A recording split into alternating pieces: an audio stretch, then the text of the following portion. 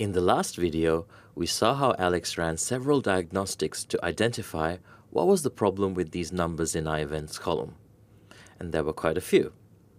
The first one we're going to tackle is the problem of the 160 characters appearing in the cells. Now, that's a non-printing character, and our first thoughts might be to try out the clean function. Unfortunately, clean won't work. If we come back and look at our ASCII character set, clean only cleans the non-printing characters from 0 up to 31. So it's not going to help with other non-printing characters, and unfortunately, it's not going to help with our 160. Fortunately, we have another really good approach, and it is the substitute function. The substitute function is very much like the function equivalent of find and replace. Given some text, if we tell it what character or characters we want it to find and what we want to replace them with, it will do so.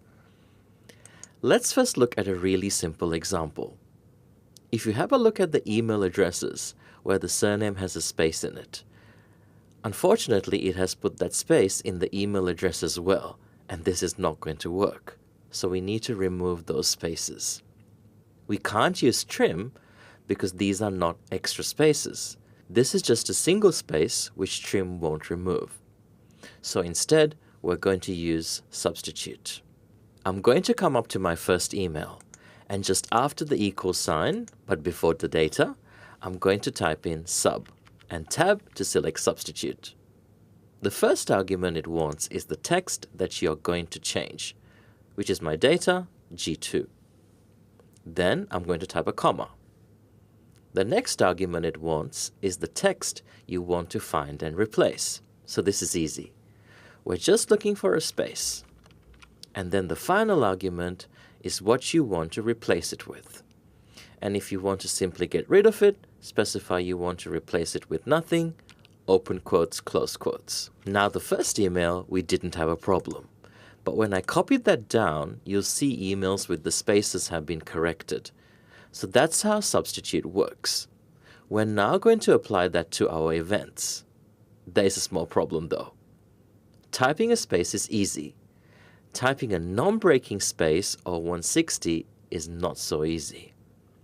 So how do you tell the substitute function to find a character you don't know how to type? Well, there's another function that can help us here.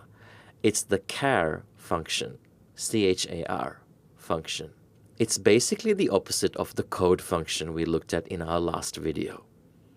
Given an ASCII code, it will convert it to the character. So all we need to type is char 160, and that will basically give us the non-breaking space character, so we don't have to worry about typing it. Let's go and try it out. I'm going to double-click on my first event, and after the equals, but before the data, I'm going to type substitute. That's the text I want to work with, so that's fine. Then type a comma. Now the old text I'm looking for is the character 160, so I'm going to type char 160 and close my bracket. Then another comma, and I want to replace those with nothing. Close my bracket and press enter. When I copy this calculation down, you will see all the 160s have been removed. The length has been reduced by 1.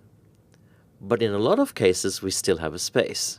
So we fixed the one problem, but now we need to go and remove those spaces as well. And to do so, we're going to use the trim function. So back up to the first character. Let's pop trim in there.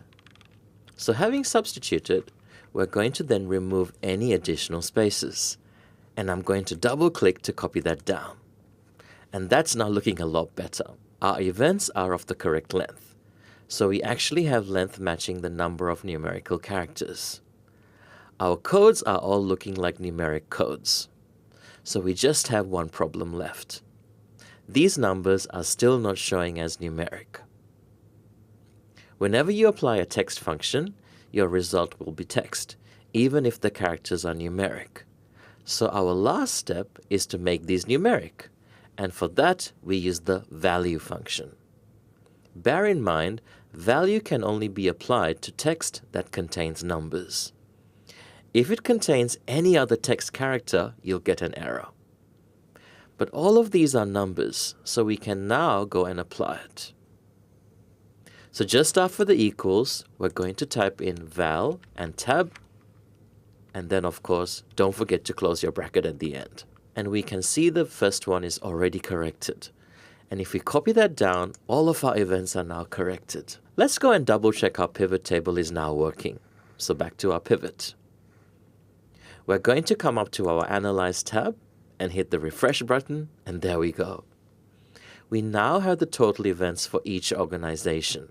So what we've looked at this week is an approach to cleaning data where we keep our original dataset in a worksheet and then create another output dataset which applies a range of cleaning functions to give us a nice clean dataset that we can now do all our processing in. Don't forget to try out the practice challenge this week, which will give you more practice with these great functions.